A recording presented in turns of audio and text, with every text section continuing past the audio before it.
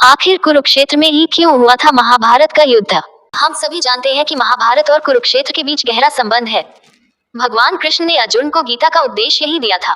पौराणिक कथाओं के अनुसार महाभारत का युद्ध 18 दिनों तक कुरुक्षेत्र में ही लड़ा गया था। पर क्या आपने कभी सोचा है कि कौरवों और पांडवों के बीच हुआ महाभारत युद्ध गीता की भूमि कुरुक्षेत्र में ही क्यों हुआ था? पौराणिक कथाओं की माने तो महाभारत युद्ध के लिए एक ऐसी जगह की तलाश थी जहां बड़ी संख्या में सैनिक खड़े होकर युद्ध कर सके। इसके लिए जगह चुनने की जिम्मेदारी भगवान श्री कृष्ण को दी गई थी।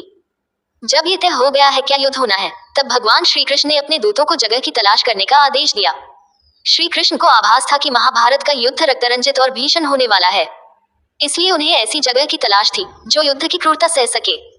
दूतों ने श्री कृष्ण को कई जगह बताई, लेकिन उनमें से एक दूत जब श्री कृष्ण के पास आया तो बहुत पीड़ा में था।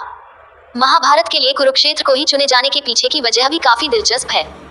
जब भगवान कृष्ण ने दूत से उसकी उदासी का कारण पूछा तो उसने कुरुक्षेत्र में घटित एक घटना बताई। यहाँ दो भाइयों के बीच खेत में मेड़ बनाने को लेकर झगड़ा हुआ था। दोनों ने खेत में बंटवारा किया हुआ था। एक खेत का पानी दूसरे खेत में न पहुंचे, इसलिए खेत में मेड़ बनाई गई। एक दिन मेड़ टूटने से दोनों भाइयों के बीच झगड़ा हो गया।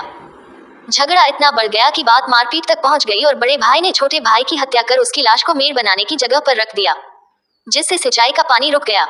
कहा जाता है कि दूत द्वारा सुनाई गई कहानी के बाद यह फैसला लिया गया कि भाई भाई, गुरु शिष्य और सगे संबंधियों के युद्ध के लिए इससे बेहतर जगह कोई और नहीं हो सकती। यहाँ की भूमि इतनी ज्यादा कठोर थी कि चाहकर भी किसी का मन द्रवित नहीं हो सकता था। हालांकि श्री कृष्ण इस बात को लेकर शंका में थे कि कहीं पांडव कौरवों के दबाव में आकर कोई संधि न कर ले, इसलिए महाभारत का युद्ध होना अनिवार्य हो गया था। इसी वजह से श्री कृष्ण ने बहुत सोच समझकर कुरुक्षेत्र को महाभारत युद्ध के लिए चुना था। कहते हैं कि इस युद्ध में जितने सैनिकों की मौत हुई उनके खून से यहाँ की मिट्टी आज तक लाल रंग की है। कुरुक्षेत्र की भूमि पर रक्तरंजित युद्ध होने के बाद देवताओं ने भगवान श्री कृष्ण से पूछा कि इस भूमि पर अब कौन बसना चाहेगा, तो इसे श्राप मुक्त बनाने के लिए श्री कृष्ण ने यज्ञ करने का तरीका बताया और कहा कि यहाँ आकर जो भी सच्चे मन से अपने पूर्वजों का तर्पण करेगा उसे मोक्ष मिलेगा। इस भूमि पर न्याय और अन्याय के बीच लड़ाई हुई थी, इसलिए इस भूमि को अन्याय की समाप्ति के लिए ही हमेशा याद रखा जाएगा। अगर आपको इस तरह के और वीडियो चाहिए तो हमारे चैनल को शेयर और सब्सक्राइब करें।